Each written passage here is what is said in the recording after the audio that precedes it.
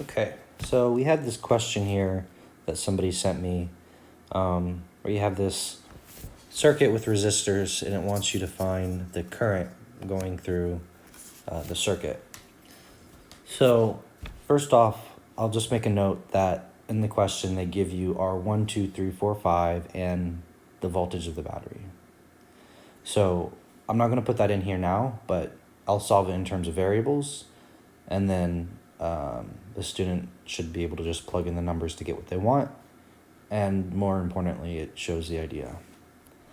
So the first step is to try to simplify or reduce the circuit.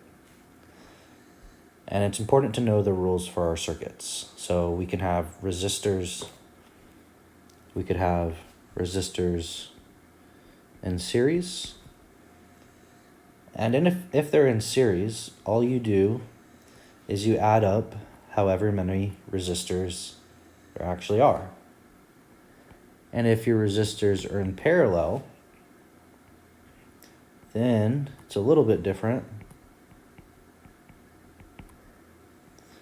You do 1 over your resistors, add them up, and then you take the inverse of it. So we'll need those two rules for resistors to solve this problem. The first thing I notice is 3 and 4 are in series. There's nothing separating them except a little bit of wire. So because of that, we can just add them. So I'm going to redraw my circuit with our battery. We still have resistor 1, nothing happened there. We still have resistor 2, nothing happened there. But now we have this new resistance, which I'll call R6, which is just R3 plus R4. And there's resistor 5 here. So now that we did that, hopefully we can see that this resistor and this resistor and this resistor are all parallel of each other, from each other. So they're parallel because they're just separated by, they're directly next to these resistors, separated by the junctions. So we can simplify those. Our battery. And then I'm going to call this resistor 7.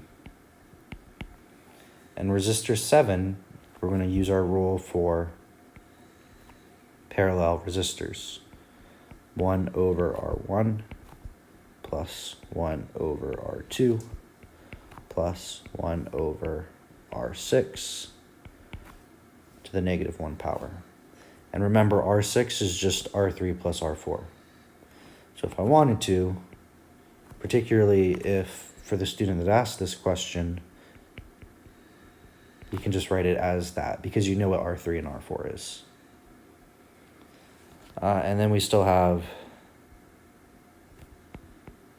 resistor 5 here. And then again, resistor 7 and resistor 5 are in series. So we can simplify this one more time.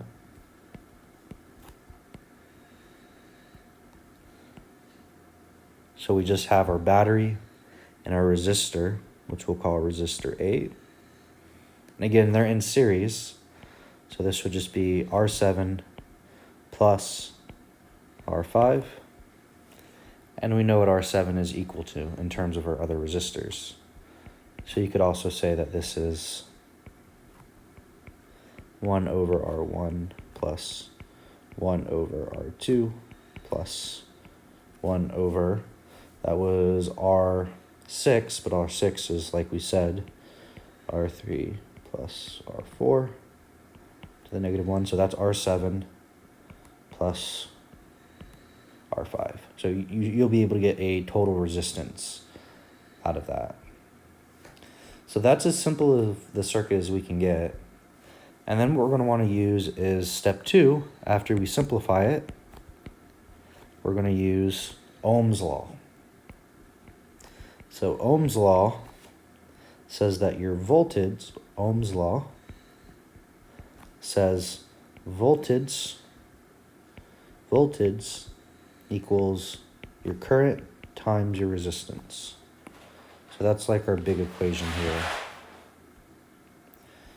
And of course, if we want to know what the current is, we can just as easily say current, I, is equal to voltage divided by resistance. And I is just equal to then V, that's the battery which is given, and then the resistance will be R8, which is all this. So I'm just going to put R8, but we should be able to get a value for that, so that shouldn't be a problem.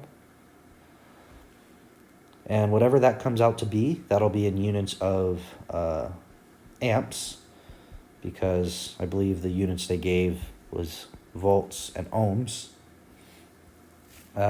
So that's all there is to that one. You simplify the circuit as much as you can. And then after you simplify it, you apply Ohm's law, which was pretty straightforward. You just had to manipulate the equation a little bit and recognize that your R should be your final resistance, your equivalent resistance. So that's all there is with that one. And like I said, if you had values for those, which the student had, I didn't plug them in, but all you would have to do is plug those values in, and you should be able to get the answer that you want. So hopefully that makes sense, and hopefully it helps.